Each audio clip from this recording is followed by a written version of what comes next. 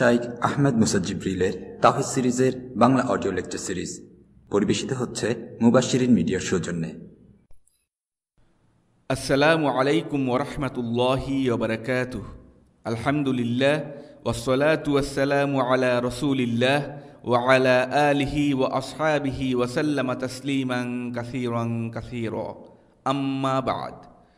উসুল আস-সালাসা নিয়ে আমাদের লেকচারে আমরা গত পর্বগুলোতে আলোচনা করছিলাম লেখকের বর্ণিত 4টি প্রাথমিক মূলনীতি বিষয়ে।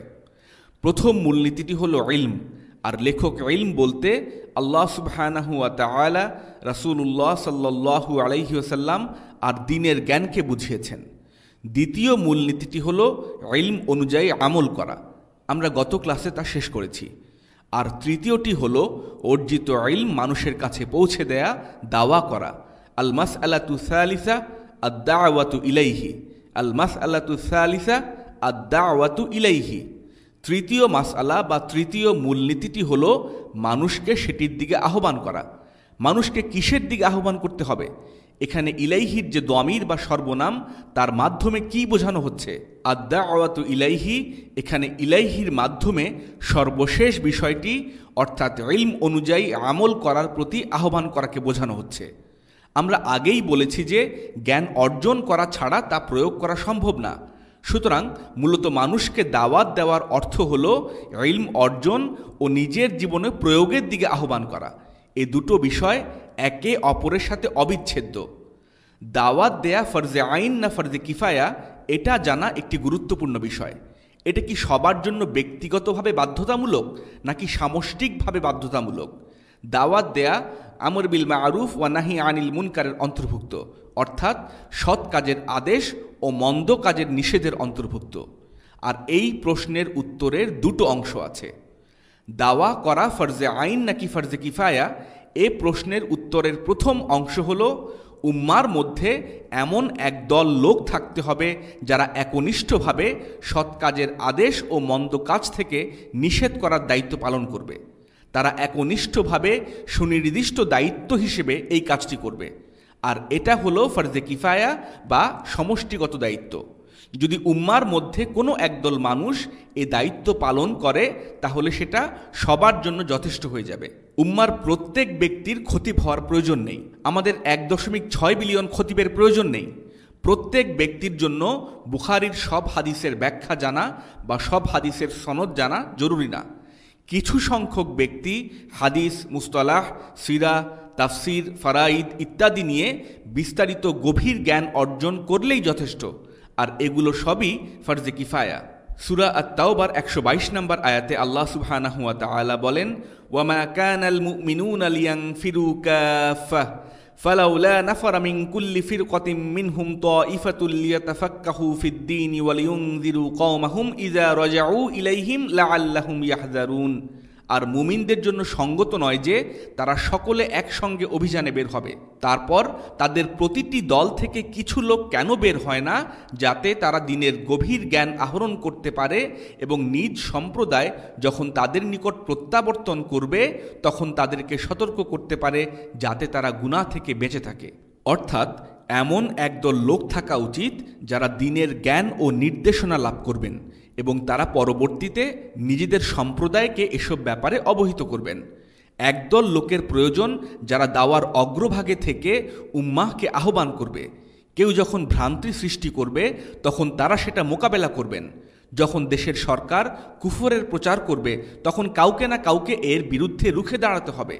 কাউকে না কাউকে রাফিদা, খারিজি আর মুরজিয়াদের মতবাদের জবাব দিতে হবে, প্রতিরোধ করতে হবে।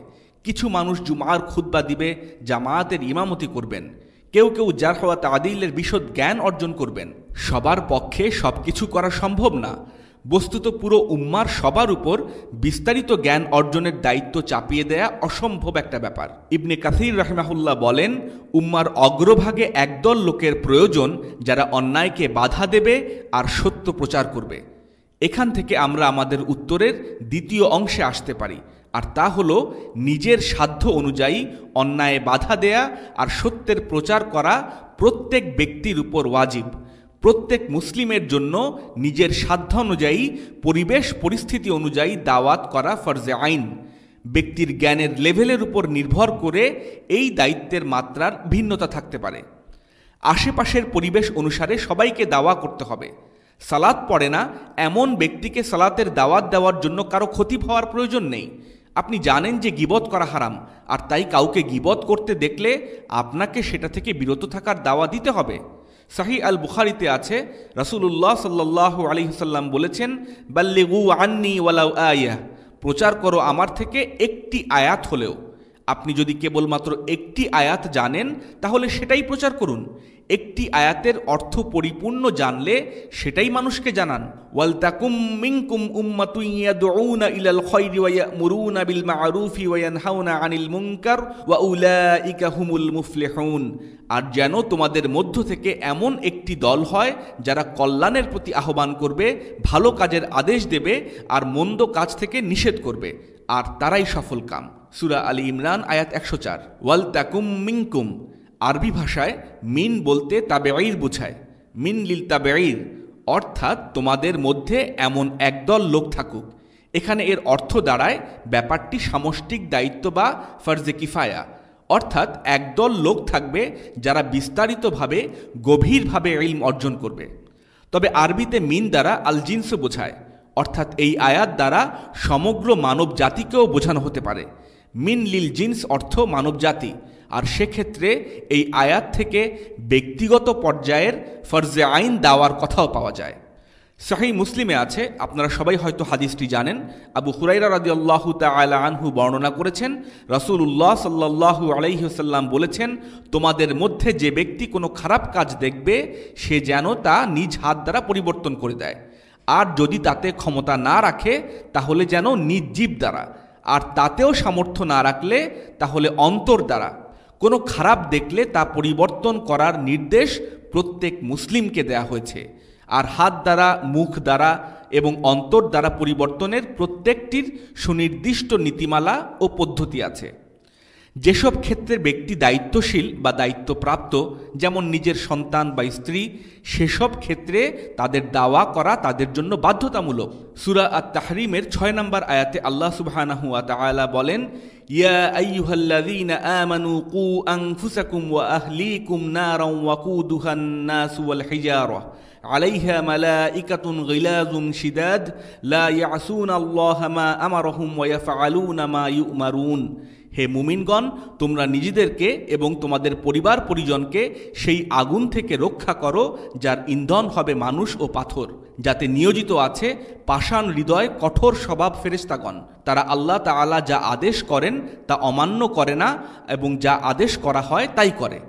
দাওয়া করা ছাড়া কিভাবে আমরা তাদের সুরক্ষা নিশ্চিত করব? কিভাবে তাদের জাহান্নাম থেকে রক্ষা করব? প্রত্যেক ব্যক্তিকে নিজ পরিবারে দাওয়া দিতে হবে, কেননা সে তাদের ব্যাপারে দায়িত্বশীল, আর সে কেয়ামতের দিন এই ব্যাপারে, এই দায়িত্বের ব্যাপারে জিজ্ঞাসিত হবে। একজন নারীকে তার পরিবার, আত্মীয় স্বজন, প্রতিবেশী আর পরিচিতদের মাঝে যাদের সাথে সেই নারী দেখা দিতে পারবেন এমন মানুষদের দাওয়া করতে হবে, কারণ তাকে হয়তো তাদের ব্যাপারে কিয়ামতের দিন জিজ্ঞাসা করা হবে। এমন নির্দিষ্ট কিছু পরিস্থিতি হতে পারে যেসব ক্ষেত্রে দাওয়া না করলে হয়তো তাকে জবাবদিহি করতে হবে। যদি কেউ এমন কোনো জায়গায় যায় যেখানে মদ পরিবেশন করা হচ্ছে, তাহলে তার দায়িত্ব হলো তাদেরকে বলা যে এটা হারাম, কিংবা অন্ততপক্ষে সেখান থেকে চলে আসা। সেখান থেকে চলে আসাও মন্দ কাজের বাধা দেওয়ার একটা উপায়, যদিও উত্তম হলো তাদেরকে মুখে নিষেধ করা। সুতরাং আমরা বুঝতে পারলাম যে সুনির্দিষ্ট ও একনিষ্ঠভাবে দেওয়ার কাজ, অর্থাৎ বিস্তারিত জ্ঞান অর্জন করে সেটা মানুষকে পৌঁছে দেয়া, এমন দাওয়াত করা হলো ফরজে কিফায়া। যেমন খাওয়ারিজ, মুরজিআ ও রাওয়াফিদের ব্যাপারে মানুষদেরকে জানানো, জারহ ওয়া তা'দীলের আলোচনা করা, এগুলো ফরজে কিফায়া। তবে প্রত্যেক ব্যক্তির জন্য তার চারপাশের পরিস্থিতি অনুযায়ী নিজের সাধ্য ও জ্ঞান অনুযায়ী দাওয়াত করা আবশ্যক, এটা ফরজে আইন। আমাদের ক্লাসগুলোতে আমরা ইলম অর্জনের উপর জোর দেই। আলহামদুলিল্লাহ, আমাদের কাছে যেসব প্রশ্ন আসে তাতে আমি বুঝতে পারছি যে আমার ক্লাসে নিয়মিত অংশ নিচ্ছেন এমন বেশিরভাগ ছাত্রই প্রচুর দাওয়া কাজের সাথে যুক্ত হয়েছেন। এটা খুবই উত্তম, আর আমি এমন মানুষদের জন্যই মূলত ক্লাসগুলো তৈরি করি। আমি অনেকের কাছ থেকে একটি প্রশ্ন পাই যে তারা বলেন, যেহেতু আমি ইলম অর্জনের উপর এত বেশি গুরুত্ব দিচ্ছি, সেক্ষেত্রে দাওয়াতে বিরতি দিয়ে সেই সময়টা তারা ইলম অর্জনে কাজে লাগাবেন কিনা। এই প্রশ্নের উত্তর আমি ইমাম আহমদ ইবনে হাম্বল রাহিমাহুল্লাহর কাছ থেকে দেব। ইবনুল জাওজির বই মানাকিবিল ইমাম আহমদে বর্ণিত আছে, ইমাম আহমদের পুত্র সালি বলেন, একবার এক ব্যক্তি আমার বাবার হাতে একটি কালির দোয়াত দেখতে পান। লোকটি আমার বাবাকে বলেন, হে আবু আবদিল্লাহ, আপনি এত মর্যাদার আসনে পৌঁছেছেন, আপনি মুসলিমদের ইমাম, আপনি আহলে সুন্নাত ওয়াল জামায়াতের ইমাম, আপনি কবে এই দোয়াত বহন করা থেকে বিরত হবেন, আর কতদিন এই দোয়াত বহন করে চলবেন? ইমাম আহমদ জবাব দেন, মা আল মাহবারা ইলাল মাকবারা, কবরে যাওয়া পর্যন্ত। মুহাম্মদ ইবনে ইসমাইল আস-সাঈগের একটি দোকান ছিল, যেখানে আস-সাঈগ কামার হিসেবে কাজ করতেন। তিনি বলেন, আমি আর আমার বাবা দোকানে কাজ করছিলাম। ইমাম আহমদ ইবনে হাম্বল রাহিমাহুল্লাহ তার জুতা হাতে নিয়ে আসলেন। তিনি আমাদের দোকানের পাশ দিয়ে যাচ্ছিলেন। তো আমার বাবা তার জুব্বা টেনে ধরে তাকে থামালেন আর বললেন, হে ইমাম আহমদ, আপনি কি সংকোচ বোধ করছেন না? আপনি আর কতদিন এই কম বয়সী যুবকদের কাছ থেকে শিখবেন? আপনি যাদের কাছে গিয়ে শিখছেন তারা হয় আপনার চেয়ে বয়সে ছোট, কিংবা তাদের জ্ঞান আপনার চাইতে কম। ইমাম আহমদ ইবনে হাম্বল রাহিমাহুল্লাহ আস-সাঈগকে বলেন, আমি আমৃত্যু তাদের কাছে গিয়ে শিখব, কেবলমাত্র মৃত্যু আসলেই আমি থামব। ইবনু আব্দুল বার রাহিমাহুল্লাহর বই জামে বায়ানুল ইলম ওয়া ফাদলিতে আছে, ইবনুল মুবারক রাহিমাহুল্লাহকে জিজ্ঞাসা করা হয়েছিল, আপনি আর কতদিন ইলম শিখবেন? কেননা তিনি সবসময় জ্ঞান অন্বেষণ করতেন। তিনি জবাব দেন, মৃত্যু আসার আগ পর্যন্ত। আরেকবার তাকে একই প্রশ্ন করা হলে তিনি জবাব দেন, এমনও তো হতে পারে যে আল্লাহর সামনে দাঁড়াবার সময় আমার যে জ্ঞানের প্রয়োজন হবে তা আমি এখনও অর্জন করতে পারিনি। সুতরাং আপনি যদি জ্ঞান অর্জন করা শেষ করে তারপর দাওয়া শুরু করতে চান, তাহলে আর কখনোই দাওয়া দেওয়াই হবে না। প্রত্যেক ব্যক্তিকে তার নিজের জ্ঞান অনুযায়ী দাওয়া করতে হবে। প্রত্যেকের ব্যক্তিগত জীবনে ইলম অর্জন করা আর দাওয়া করার জন্য সময়কে সঠিকভাবে ভাগ করে নিতে হবে। অর্থাৎ ইলমের জন্য সময় দিতে গিয়ে দাওয়া করা বন্ধ করা চলবে না, বরং দাওয়া দেওয়ার জন্য সময় বের করে নিতে হবে। আমি আলী আল তান্তাউইকে বলতে শুনেছি যে তিনি পড়তে শেখার পর থেকে তার জীবনের গত ৭০ বছরে এমন কোনো দিন যায়নি যেদিন তিনি অন্ততপক্ষে ১০০ পৃষ্ঠা পড়েছেন। কেবল সফরের সময় এর ব্যতিক্রম হতো। যখন অসুস্থ থাকতেন তখন তিনি দৈনিক ২০০ পৃষ্ঠা পড়তেন, আর যৌবনে পড়তেন দৈনিক ৩০০ পৃষ্ঠা করে। তিনি দৈনিক ১০ ঘন্টা পড়তেন। তিনি কিছুটা রসিক ছিলেন, তাই তিনি বলতেন, একটি গাধাও যদি সারাদিনে ১০ ঘন্টা পড়ে তাহলেও সেও কিছু না কিছু জ্ঞান অর্জন করবে। চিন্তা করে দেখুন, দৈনিক ১০০ থেকে ৩০০ পৃষ্ঠা, প্রতিদিন ১০ ঘন্টা করে। তিনি তার পুরো জীবনে প্রতিদিন কতটুকু পড়েছেন? আমাদের সবার এভাবেই পড়া উচিত। আর শিক্ষা বা ইলম অর্জন করা একটা নিরন্তর প্রক্রিয়া। আল্লাহ সুবহানাহু ওয়া তাআলা রাসূলুল্লাহ সাল্লাল্লাহু আলাইহি সাল্লামকে বলেছেন, অকুর রব্বি জিদনি ইলমা, এবং বলুন, হে আমার পালনকর্তা, আমার জ্ঞান বৃদ্ধি করুন। এটা বলা রাসূলুল্লাহ সাল্লাল্লাহু আলাইহি সাল্লামকে উদ্দেশ্য করে। আমাকে আরও জ্ঞান দান করুন। কতক্ষণ পর্যন্ত? কয়দিন পর্যন্ত? এ দুআর মেয়াদ শেষ হবে কখন? কখন আল্লাহর নবী সাল্লাল্লাহু আলাইহি সাল্লাম এই দোয়া বন্ধ করতে পারবেন? কখনোই না। রাসূলুল্লাহ সাল্লাল্লাহু আলাইহি ওয়াসাল্লাম আমৃত্যু এই দোয়া করে গেছেন। তাহলে আমাদের কথা চিন্তা করুন। আমাদেরকে ইলম অর্জন করা চালু রাখতে হবে, কিন্তু তার মানে এই নয় যে আমরা দাওয়া করাকে অবহেলা করব।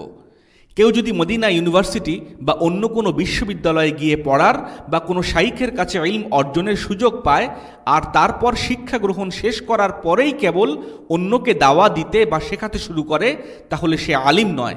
সে বড়জোর একজন বর্তমানে শাইখ হতে পারে, কিন্তু সত্যিকার শাইখেরা মৃত্যু পর্যন্ত ইলম অর্জন জারি রাখেন, আর তারা প্রাতিষ্ঠানিক পড়াশোনা শেষ করার পর বরং আরও বেশি জ্ঞান চর্চা করেন। আপনি যদি আমৃত্যু পড়াশোনা করেন আর পড়া শেষ হবার পর, গ্র্যাজুয়েশন শেষ হবার পর দাওয়ার কাজ শুরু করবেন মনে করেন, তাহলে জেনে রাখুন যে দাওয়া বলে আর কিছু করতেই পারবেন না আপনি। কারণ এই ইলম অর্জনের কোনো শেষ নেই। দিনের জ্ঞান এতই গভীর ও বিস্তৃত যে এর থেকে গ্র্যাজুয়েট করে জ্ঞান অর্জনের অংশ শেষ করবেন এমন ভাবার কোনো সুযোগ নেই। তাই ইলম অর্জনের পাশাপাশি নিজের সুবিধা মতো সময় বের করে সেটা মানুষের কাছে পৌঁছে দেওয়া শুরু করুন। কিন্তু অবশ্যই দুটোর কোনটার পিছনে কতটুকু সময় দিচ্ছেন সেই ক্ষেত্রে ভারসাম্য বজায় রাখুন। আপনার যদি বিস্তারিত জ্ঞান না থাকে তাহলে একদম মৌলিক বিষয়গুলি মানুষকে জানান। আপনি লা ইলাহা ইল্লাল্লাহু মুহাম্মাদুর রাসূলুল্লাহ এই কালিমা সম্পর্কে জানলে এটার ব্যাপারে কোনো অমুসলিমের কাছে দাওয়াত পৌঁছে দিন, কিংবা আদব আখলাকের কোনো একটি দিক সম্পর্কে বলুন। আপনি যদি নিজের মুখে দাওয়া করতে ইতস্তত করেন বা না পারেন, তাহলে অন্যের মুখের কথা দিয়েই দাওয়া করুন। কিভাবে? ইসলামিক বই উপহার দিয়ে, কিংবা কোনো দার্স বা লেকচারের অডিও বা ভিডিও প্রচার করে। এতে অন্যের মুখের কথা দিয়ে দাওয়া হলেও আপনি নিজে তার সমপরিমাণ সওয়াব পাবেন। উম্মার প্রত্যেক ব্যক্তিই দায়ী হতে পারে, তবে সবাইকেই মিম্বরে দাঁড়িয়ে দাওয়া দিতে হবে না। প্রত্যেকের নিজের সাধ্য, সময় ও জ্ঞান অনুযায়ী আশেপাশের মানুষকে দাওয়া দিতে হবে। সবাইকে নিজের জীবনে দাওয়ার জন্য কিছু সময় বের করে নিতে হবে। দাওয়া কেবলমাত্র শাইখ বা আলিমদের একচ্ছত্র কর্তব্য নয়। রাসূলুল্লাহ সাল্লাল্লাহু আলাইহি সাল্লামের সময়ে যুবকরা দাওয়াত না দিলে ইসলাম প্রতিষ্ঠিত হতো না। রাসূলুল্লাহ সাল্লাল্লাহু আলাইহি সাল্লাম বলেন যে, ভালো কাজের আদেশ ও মন্দ কাজের নির্দেশ দেওয়া হলো জাহাজে থাকা মানুষদের মতো। যদি জাহাজটিকে কেউ ডুবিয়ে দিতে চায় আর আমরা তাতে বাধা না দেই, তাহলে সবাই মারা যাবে। আর যদি সবাই মিলে জাহাজটিকে রক্ষা করে, তাহলে সবাই নিরাপদে গন্তব্যে পৌঁছাতে পারবে। যদিও আমরা সবাইকে দাওয়ার ব্যাপারে উৎসাহিত করছি, তবে অবশ্যই নিজের জ্ঞানের সীমাবদ্ধতা সম্পর্কেও সচেতন ও সতর্ক থাকতে হবে। কোনো জ্ঞান ছাড়াই কথা বলা, দাওয়া দেওয়া এখন একটা বিশ্বব্যাপী মহামারীর মতো হয়ে গেছে। কেউ হয়তো খুব ভালো বক্তা, মাত্র কয়েকদিন হলো দাড়ি রেখেছে আর মাথায় কুফিয়া বাঁধতে শুরু করেছে। দেখা যায় সে এলাকার মসজিদে বক্তব্য দিতে শুরু করে দেয়, কিংবা কয়েকটা দার্স বা লেকচার দিয়ে ইউটিউবে আপলোড করে দিচ্ছে। আর তারপর কি হয়? দেখা যায় একজন ব্যক্তি যে কিনা সারা জীবন মেডিকেলে পড়েছে, বা সারা জীবন আইন পড়েছে, বা ইঞ্জিনিয়ারিং পড়েছে, বা ব্যবসা করেছে, যে দিনের জ্ঞানের টুকিটাকি সম্পর্কে কিছুটা ধারণা রাখে, এমন অবস্থায় হঠাৎ করে সে শাইখ হয়ে যাচ্ছে, একজন মুফতি বা আলিম হয়ে যাচ্ছে লোকজনের কাছে। সে যতটা আত্মবিশ্বাসের সাথে উম্মার ব্যাপারে ভবিষ্যৎবাণী করতে শুরু করে, সেই আত্মবিশ্বাস সাহাবা রাদিয়াল্লাহু তাআলা আনহুম আজমাইন কিংবা 4 জন ইমাম রাহিমাহুমুল্লাহ কারোরই ছিল না। অনেক ক্ষেত্রেই সে হয়তো ভালো উদ্দেশ্য নিয়েই এমন করতে শুরু করে। সে মানুষকে শেখায়, হয়তো সে হাদিস সম্পর্কে কিছু জ্ঞান রাখে, 2-1টা ভালো খুতবা বা লেকচার সে দেয়। এটা বেশ ভালো কাজ হিসেবেই সে শুরু করে। সে অমুসলিমদের মাঝে গিয়ে দাওয়া করে, এটা ভালো। কিন্তু মূল সমস্যা হলো অনেকেই এসব ক্ষেত্রে দিনের সীমারেখা সম্পর্কে সচেতন থাকে না। নিজের এলাকার মানুষের মাঝে লেকচার বা খুতবা দেওয়ার পরে তারা কুফিয়া মাথায় দিয়ে হজ করতে যায়, আর ফিরে এসে শাইখ বা মুফতি হিসেবে নিজেকে উপস্থাপন করে। আর কেউ হয়তো উমরা করতে যায়, ফিরে এসে নিজেকে শাইখ মনে করে। কয়েকদিন মদিনায় অবস্থান করে, সে নিজেকে শাইখ ভাবতে শুরু করে। সে হজের জন্য 3 সপ্তাহ মদিনায় অবস্থান করে, আর এই 3 সপ্তাহে সে কতটুকু শিখতে পারে যে নিজেকে শাইখ ভাবতে শুরু করে? মানুষের মূল সমস্যা হলো তারা নিজেদের সীমাবদ্ধতা সম্পর্কে সচেতন না। আজ আমরা কে শাইখ সেটা জিজ্ঞাসা করি না, বরং আমরা জিজ্ঞাসা করি কে শাইখ নয়। আর যে কোনো জায়গায় বা পরিস্থিতিতে কোনো ইসলামী বিষয় নিয়ে কেউ প্রশ্ন তুললে কেউ বলে না আল্লাহু আলাম, চলুন একজন শাইখের কাছে জেনে আসি। কেউ আলিমের কাছ থেকে জেনে আসার পরামর্শ দেয় না। এটা আজ খুবই বিরল একটা ব্যাপার। তবে আব্দুর রহমান ইবনে আবি লায়লা 120 জন আনসার সাহাবীর সাক্ষাৎ পেয়েছিলেন, আর তিনি বলেছেন যে তাদেরকে কোনো বিষয়ে প্রশ্ন করা হলে তারা অন্য কোনো সাহাবীর কাছে পাঠিয়ে দিতেন। শেষ পর্যন্ত দেখা যেত যে ঘুরে ফিরে প্রশ্নটি আবার প্রথম ব্যক্তির কাছেই ফিরে এসেছে। 120 জনের কাছ থেকে ঘুরে ফিরে আবার প্রথম জনের কাছেই সেই প্রশ্ন ফিরে এসেছে। তাদের মধ্যে এমন একজন ছিলেন না যিনি হাদিস বর্ণনা করতেন আর মনে মনে কামনা করতেন না যে তার বদলে অন্য কোনো মুসলিম ভাই এই দায়িত্ব নিক। তাদের মধ্যে এমন একজনও ছিলেন না যিনি ফতোয়া দিতেন আর মনে মনে কামনা করতেন না যে তার মুসলিম ভাই তার বদলে এই কাজের জন্য যথেষ্ট হয়ে যাক। আজকের যুগে কি এটা চিন্তা করা যায়? আজকে দিনের কোনো বিষয় জানার জন্য 120 জনের কাছে যাওয়ার কথা চিন্তাই করা যায় না। কারো সামনে এই বিষয় পেশ করা হলে সে নিজের মন মতো আমার মনে হয় জাতীয় কোনো একটা জবাব দিয়ে দিবে। অথচ তাকে যদি বলা হয় আমার কম্পিউটার নষ্ট হয়ে গেছে, আমি কি করব, সে আপনাকেই বলবে রিপেয়ারিং সেন্টারে নিয়ে যাও। অথচ ইসলামের ব্যাপারে আজকের যুগে সবাই নিজেদের শাইখ ভাবে। ওমর ইবনুল খাত্তাব রাদিয়াল্লাহু তাআলা আনহু জান্নাতের সুসংবাদ পাওয়া সাহাবী। তিনি দিনের কোনো বিষয়ে নিজের মতামত দেওয়ার ব্যাপারে আল্লাহকে ভয় করতে বলতেন। ওমর ইবনুল খাত্তাব এবং আলী ইবনে আবু তালিব রাদিয়াল্লাহু তাআলা আনহুমা ছিলেন শ্রেষ্ঠ সাহাবাদের মধ্যেও শ্রেষ্ঠ। আর তাদের কাছে দিনের কোনো বিষয়ে প্রশ্ন আসলে তারা কখনোই সেটার তড়িঘড়ি উত্তর দিতেন না। তারা বরঞ্চ অন্য সাহাবাদের ডেকে এনে আলোচনা করতেন। হয়তো তাদের মধ্যে কেউ এই নির্দিষ্ট বিষয়ে এমন কোনো হাদিস জানতেন যা অন্যরা জানতেন না। আমরা কি ভাবি যে ওমর বা আলী রাদিয়াল্লাহু তাআলা আনহুমা আসলে প্রশ্নগুলোর উত্তর জানতেন না আর তাই সাহাবাদের ডেকে আনতেন? না, বরং তারা উত্তরের ব্যাপারে শতভাগ নিশ্চিত হবার জন্য তাদের ডাকতেন। তাবেঈ আতা ইবনে আস-সাইব বলেন, আমি সাহাবাদের মাঝে এমন লোক দেখেছি যাদের কাছে কোনো বিষয়ে ফতোয়া চাইলে তারা জবাব দেবার সময় ভীত সন্ত্রস্ত হয়ে যেতেন, তাদের হাঁটু কাঁপত, তাদের শরীর প্রকম্পিত হতো, কারণ তারা আল্লাহ সুবহানাহু ওয়া তাআলাকে ভয় করতেন। তারা জানতেন যে এই ব্যাপারে তাদেরকে আল্লাহর কাছে জবাবদিহি করতে হবে। তাবেঈন আশ-শাআবী, আল হাসান আল বসরি এবং আবু হুসাইন বলতেন, ইন্না আহাদুকুম লা ইফতি ফিল মাসআলা ওয়ালাউ ওয়ারাদাত আলা ওমর ইবনুল খাত্তাব রাদিয়াল্লাহু তাআলা আনহু লা জামাআ লাহা আহলা বদর। আজকাল তোমরা এমন বিষয়ে ফতোয়া দাও সেগুলো যদি ওমর ইবনুল খাত্তাবের কাছে উপস্থাপন করা হতো তাহলে তিনি এগুলোর ব্যাপারে আলোচনা করতে বদরের যুদ্ধে অংশগ্রহণকারী সাহাবাদের উপস্থিত করতেন। আশ-শাআবী আল হাসান আল বসরি রাহিমাহুমুল্লাহ আজ থাকলে কি বলতেন, ওয়াল্লাহি কুরআনের একটা আয়াত ঠিকভাবে উচ্চারণ করতে পারে না এমন ব্যক্তিরাও মুফতি হয়ে গেছে। তারা নিজেরা নিজেদের মুফতি দাবি করুক কিংবা অন্যরা তাদেরকে মুফতি বলুক। আজকালকার লোকেরাও এতটাই অজ্ঞ, এতটাই জাহিল যে তারা ইসলামে রহিত হয়ে যাওয়া, মানসুখ হয়ে যাওয়া বিধান এনে নিজেদের অবস্থানকে সঠিক প্রমাণ করতে চায়। তারা নিজেদের ইচ্ছা মতো দলিল এনে বা ফতোয়া দিয়ে বাতিলকে সঠিক বলতে চায়, যেমন ফ্রি মিক্সিং। ইমাম মালিক রাহিমাহুল্লাহ বলেন, কেউ যদি ইসলামের কোনো বিষয়ে কথা বলতে চায় কিংবা ফতোয়া দিতে চায় তাহলে তার আগে চিন্তা করা উচিত এটা নিয়ে আল্লাহর সামনে তার অবস্থান কেমন হবে। যখন সে আল্লাহর সামনে দাঁড়াবে কোন উত্তর তার জন্য যথেষ্ট হবে। সে যেন উত্তর দেওয়ার আগে জান্নাত ও জাহান্নামের কথা স্মরণ করে আর কেবল তারপরই যেন সে উত্তর দেয়। একজন ব্যক্তি একবার ইমাম মালিককে একটা প্রশ্ন জিজ্ঞেস করেছিল, কিন্তু তিনি জবাব দেননি। লোকটি বলল, আবু আবদুল্লাহ, দয়া করে অনুগ্রহ করে জবাব দিন। জবাবে ইমাম মালিক বলেন, তুমি কি চাও আল্লাহর সামনে আমি তোমার কাজের জন্য দায়ী হই? আমি তোমাকে কিছু জানাবো আর তারপর তুমি যে কাজ করবে তার জন্য আমি দোষী হব আর তুমি আমার উপর দোষ দিয়ে পার পেয়ে যাবে? আল হাইসাম ইবনে জামিল বলেন, একবার ইমাম মালিককে 48টি বিষয়ে প্রশ্ন করা হয়েছিল। তিনি তার মধ্যে 32টির উত্তর দেন আর বাকিগুলোর জবাবে বলেন, লা আ'লাম ওয়াল্লাহু আ'লাম, আমি জানি না এবং আল্লাহ জানেন। সারা পৃথিবীতে আজ 48টি প্রশ্ন করে দেখুন কয়টার জবাব পান। 50টা প্রশ্ন করলে আজ 50টারই জবাব পাবেন আপনি, 10টা করলে 10টারই জবাব পাবেন। আজ উম্মার এমনই দুরবস্থা। একজন ব্যক্তি একবার ইমাম মালিককে বলেন, আবু আবদুল্লাহ, আপনি যদি বলেন যে আপনি জানেন না তাহলে আর কে জানবে বলুন? আপনিই তো আমাদের সময়ের মুফতি, আমাদের ইমাম। ইমাম মালিক রাহিমাহুল্লাহ বলেন, আপনি কি আমাকে আমার নিজের চেয়ে বেশি চিনেন? মূলত ইমাম মালিক যা বোঝাতে চাচ্ছেন তা হলো, আপনার কি আমাকে বিশেষ কেউ মনে হয়? আমি একজন সাধারণ ব্যক্তি মাত্র আর আমি আমার সীমাবদ্ধতা সম্পর্কে অবগত। যদি ইমাম মালিকের মতো মানুষ নিজের সীমাবদ্ধতা সম্পর্কে সচেতন থাকেন তাহলে এখনকার সময়ের লোকদের কি আরও বেশি সচেতন থাকা উচিত নয়? ইমাম মালিক আরও বলেন, যদি ইবনে ওমর রাদিয়াল্লাহু তাআলা আনহু বলতে পারেন আমি জানি না, তাহলে সেটা আমিও বলতে পারি।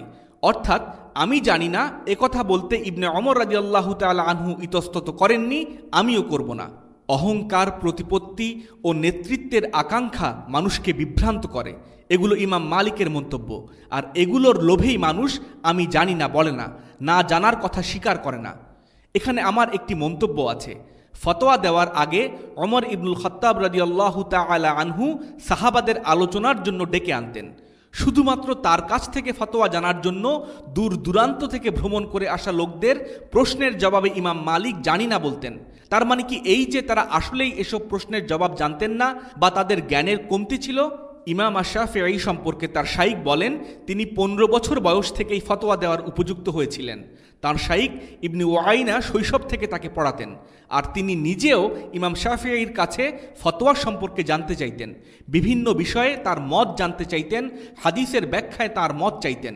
ইমাম মালিক 21 বছর বয়স থেকে ফতোয়া দিতেন।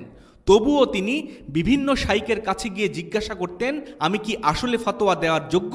তারা ইমাম মালিককে উল্টো জিজ্ঞাসা করতেন, যদি তোমার শাইখ বলতেন তুমি ফতোয়া দিতে পারবে না, তাহলে কি তুমি বিরত থাকতে? তিনি জবাব দিতেন, নিশ্চয়ই বিরত থাকতাম। এর আগে আমরা ইবনুল জাওজির দুইজন প্রিয় ও বিদগ্ধ শাইখের কথা জেনেছি। আনাড়ি ছাত্ররাও উত্তর দিতে পারে এমন ফতোয়া দেয়া থেকেও তারা অনেক সময় বিরত থাকতেন। কিন্তু ভেবে দেখুন, এর মানে কি এই যে তারা এসবের বিষয়ে জ্ঞান রাখতেন না? আমাদের গায়ব সম্পর্কে কোনো জ্ঞান নেই, তবে আমি মোটামুটি নিশ্চিত যে তারা এসবের জবাব জানতেন। আমার ধারণা এসব বিষয়ে আলিমদের একাধিক মত বা একাধিক হাদিস থাকায় তারা পুরোপুরি নিশ্চিত ছিলেন না যে কোন মতটি সঠিক। তারা হয়তো 99.99% নিশ্চিত ছিলেন, কিন্তু শতভাগ নিশ্চিত না হওয়ায় তারা এই বিষয়গুলোতে ফতোয়া দেওয়ার ব্যাপারে পিছিয়ে যেতেন। এই ইমামদের সম্পর্কে আমি যা জেনেছি তাতে এটাই আমার ধারণা। আপনার অফিসের বস যদি আপনার বিবেচনার উপর কিছু কিছু বিষয়ের ভার ছেড়ে দেন, তাহলে সেসব বিষয় সিদ্ধান্ত নেওয়ার আগে আপনি অনেক চিন্তাভাবনা করবেন, অন্যদের মত জানতে চাইবেন। আপনি চান আপনার বসকে খুশি করতে, তাই সিদ্ধান্ত নেবার আগে একে ওকে জিজ্ঞাসা করবেন, যাতে বুঝতে পারেন আপনি সঠিক সিদ্ধান্ত নিচ্ছেন কিনা। আপনি যদি কোনো রাজা বা রাষ্ট্রপ্রধানের উপদেষ্টা হয়ে থাকেন আর আপনার উপর কিছু কাজ করার দায়িত্ব দেয়া হয়, তাহলে অবশ্যই আপনি নিশ্চিত করার চেষ্টা করবেন যে আপনি শতভাগ সঠিক সিদ্ধান্তই নিচ্ছেন। এসব ক্ষেত্রে আপনার দায়বদ্ধতা অফিসের বস বা রাষ্ট্রপ্রধানের কাছে। একইভাবে যে ব্যক্তি ফতোয়া দেন তার দায়বদ্ধতা স্বয়ং আল্লাহ সুবহানাহু ওয়া তাআলার কাছে, কারণ এই ব্যাপারে আপনার আল্লাহর সামনে দাঁড়াতে হবে আর জবাবদিহি করতে হবে। কোনো ভুল হলে আপনার বসের কাছ থেকে আপনি পার পেতে পারেন, রাজা বা প্রেসিডেন্টের কাছ থেকে রেহাই পেতে পারেন, কিন্তু আল্লাহর হাত থেকে কিভাবে রেহাই পাবেন? ইবনুল কাইয়িম রাহিমাহুল্লাহ বলেন, আল্লাহ তাআলা তার ব্যাপারে ধারণা প্রসূত, অজ্ঞতা প্রসূত কথা বলতে নিষেধ করেছেন, আর এটা সবচেয়ে বড় হারাম কাজগুলোর মধ্যে একটি হিসেবে ধরা হয়। ইবনুল কাইয়িম একে সর্বনিকৃষ্ট গুনাহের মধ্যে একটি হিসেবে উল্লেখ করেছেন। সূরা আল আরাফের 33 নম্বর আয়াতে আল্লাহ সুবহানাহু ওয়া তাআলা রাসূলুল্লাহ সাল্লাল্লাহু আলাইহি ওয়াসাল্লামকে বলেন, কুল ইন্নামা হাররামা রাব্বিল ফাওয়াহিশা মা যাহারা মিনহা ওয়া মা বাতান ওয়াল ইসমা ওয়াল বাগিয়া বিগাইরিল হক ওয়া আন তুশরিকু বিল্লাহি মা লাম ইউনাজ্জিল বিহি সুলতানা ওয়া আন তাকুলু আলাল্লাহি মা লা তা'লামুন। আপনি বলে দিন, আমার পালনকর্তা কেবলমাত্র অশ্লীল বিষয়সমূহ হারাম করেছেন, যা প্রকাশ্য ও অপ্রকাশ্য, এবং হারাম করেছেন গুনাহ, অন্যায়, অত্যাচার এবং আল্লাহর সাথে এমন বস্তুকে অংশীদার করা তিনি যার কোনো সনদ অবতীর্ণ করেননি, এবং আল্লাহর প্রতি এমন কথা বলা, এমন কথা আরোপ করা যা তোমরা জানো না। ইবনুল কাইয়িম রাহিমাহুল্লাহ বলেন, আল্লাহ সুবহানাহু ওয়া তাআলা বিভিন্ন গুনাহকে বিভিন্ন শ্রেণীতে ফেলেছেন। এই আয়াতে তিনি 4 শ্রেণীর গুনার কথা বলেছেন। শুরু করেছেন ফাওয়াহিশা, কবিরা গুনাহ যেমন জিনা বা ব্যভিচার দিয়ে, তারপর দ্বিতীয় অবস্থানে উল্লেখ করেছেন জুলুম, এরপর বলেছেন শিরক, আর তারপর উল্লেখ করেছেন সর্বনিকৃষ্ট মাত্রার গুনাহর কথা, না জেনে আল্লাহর ব্যাপারে কথা বলা, না জেনে আল্লাহর ব্যাপারে কিছু আরোপ করা। আল্লাহ শুরু করেছেন সবচেয়ে কম মাত্রার গুনাহ দিয়ে আর শেষ করেছেন সবচেয়ে খারাপ মাত্রার গুনাহ দিয়ে। সূরা আন-নাহলের 116 নম্বর আয়াতে বলা হয়েছে, ওয়ালা তাকুলু লিমা তাসিফু আলসিনাতুকুমুল কাযিবা হাযা হালালু ওয়া হাযা হারাম লিতাফতারু আলাল্লাহিল কাযিব ইন্নাল্লাযীনা ইয়াফতারুনা আলাল্লাহিল কাযিবা লা ইউফলিহুন। তোমাদের মুখ থেকে সাধারণত যেসব মিথ্যা বের হয়ে আসে, তেমনি করে তোমরা আল্লাহর বিরুদ্ধে মিথ্যা অপবাদ আরোপ করে বলো না যে এটা হালাল এবং ওটা হারাম। নিশ্চয়ই যারা আল্লাহর বিরুদ্ধে মিথ্যা আরোপ করে তাদের মঙ্গল হবে না। আতিক ইবনে ইয়াকুব এবং ইবনে ওয়াহাব বলেন, তারা ইমাম মালিককে বলতে শুনেছেন যে তার পূর্ববর্তী সালাফগণ কখনো হারাম বা হালাল শব্দদ্বয় ব্যবহার করতেন না। তারা বলতেন, আমরা এটা পছন্দ করি বা আমরা এটা অপছন্দ করি, অমুক কাজ করা উচিত বা অমুকটি করা উচিত নয়। তারা হালাল ও হারাম শব্দগুলো ব্যবহার করতেন না, কারণ সূরা ইউনুসের 59 নম্বর আয়াতে আল্লাহ সুবহানাহু ওয়া তাআলা বলেন, কুল আরাআইতুম মা আনজালাল্লাহু লাকুম মির রিজকিন ফাজআলতুম মিনহু হারামান ওয়া হালালা কুল আল্লাহু আযিনা লাকুম আম আলাল্লাহি তাফতারুন। বলুন, আচ্ছা নিজেই লক্ষ্য করে দেখো, যা কিছু আল্লাহ সুবহানাহু ওয়া তাআলা তোমাদের জন্য রিজিক হিসেবে অবতীর্ণ করেছেন, তোমরা সেগুলোর মধ্য থেকে কোনটাকে হারাম আর কোনটাকে হালাল সাব্যস্ত করছো? বলুন, তোমাদের কি আল্লাহ নির্দেশ দিয়েছেন নাকি আল্লাহর উপর অপবাদ আরোপ করছো? আজকের দিনের অনেক অজ্ঞ জাহেল ব্যক্তি কেবলমাত্র কয়েকটা বই পড়ে যখন দেখে ইমাম আহমদ ইবনে হাম্বল রাহিমাহুল্লাহ কোনো বিষয়ে তার অপছন্দের কথা উল্লেখ করেছেন, তখন তারা এটা বুঝতেও পারে না যে তিনি মূলত হারাম বুঝিয়েছেন, কেননা ইমাম আহমদ হারাম শব্দটি ব্যবহার করতেন না। আর আমি এর আগেও উল্লেখ করেছি যে একা একা কোনো শিক্ষক ছাড়া পড়া ইলম অর্জনের সঠিক উপায় নয়। উলামাদের মধ্যে অনেকেই হারাম শব্দটি ব্যবহার করেননি। এটা অনেক ছাত্রের মধ্যে বিভ্রান্তি বা কনফিউশন সৃষ্টি করেছে, অথচ সালাফরা আর উলামারা আল্লাহর ভয়ে হারাম আর হালাল শব্দ উচ্চারণ করা থেকে বিরত থাকতেন। ইমাম মালিক রাহিমাহুল্লাহ অসংখ্য উদাহরণ দিয়েছেন যেখানে সালাফরা মাকরু শব্দটি ব্যবহার করেছেন হারাম বোঝাতে, আর এটা তাদের মধ্যে সাধারণভাবে প্রচলিত একটি বিষয় ছিল। বুখারী ও মুসলিম শরীফে এসেছে, আব্দুল্লাহ ইবনে আমর ইবনুল আস রাদিয়াল্লাহু তাআলা আনহু বলেন, আল্লাহ সুবহানাহু ওয়া তাআলা মানুষের অন্তর থেকে ইলম উঠিয়ে নেন না, বরং তিনি আলিমদের উঠিয়ে নেয়ার মাধ্যমে ইলম উঠিয়ে নেন। তাই যখন আলিমরা আর থাকেন না, তখন কেবল অজ্ঞ ও জাহেল ব্যক্তিরা অবশিষ্ট থাকে, আর তখন এই জাহেল ব্যক্তিদের কাছে ফতোয়া চাওয়া হবে, আর তারা জ্ঞান ছাড়া ফতোয়া দিবে। এই হাদিসের শেষ অংশে বলা হয়েছে, ফাদাল্লু ওয়া আদাল্লু, এরা নিজেরাও পথভ্রষ্ট এবং তারা অন্যদেরও পথভ্রষ্ট করে। তাই আপনি নিজে যা সঠিকভাবে নিশ্চিতভাবে জানেন সেই বিষয়গুলোর দাওয়াত দিন, আর যা জানেন না তা নিয়ে দাওয়াত দিবেন না। কেউ এই ব্যাপারে আপনাকে জিজ্ঞেস করলে বলে দিন যে আপনি জানেন না, কিংবা সময় নিয়ে সেই বিষয়ে পড়ালেখা করে তাকে জানান।